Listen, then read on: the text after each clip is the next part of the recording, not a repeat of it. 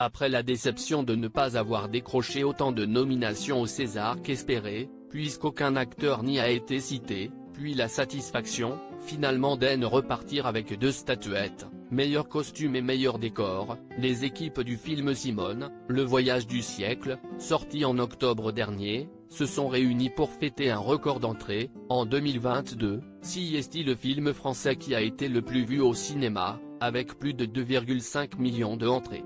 Un très beau score qui les place devant Novembre, notamment, ou encore Le Lève du Cobu, 2 films très populaires, et qu'ils étaient visiblement ravis d'avoir atteint au vu de leur sourire le 8 mars lors de leur retrouvailles autour d'un cocktail dînatoire.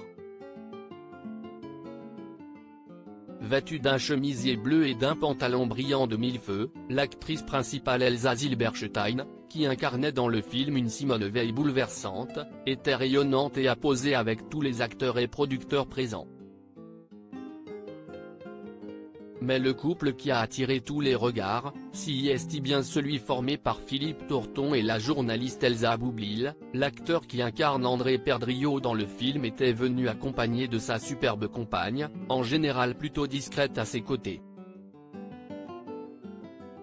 Pourtant, le couple se connaît depuis de nombreuses années. Cette année, ils fêteront leurs 15 ans de mariage.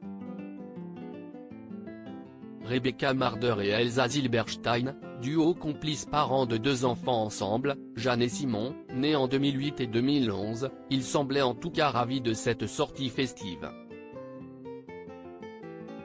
Pour rappel, Philippe Torton a 2 enfants aînés, Louis et Marie, nés de son mariage avec la réalisatrice Anne-Marie Etienne, et un petit-fils, encore très jeune.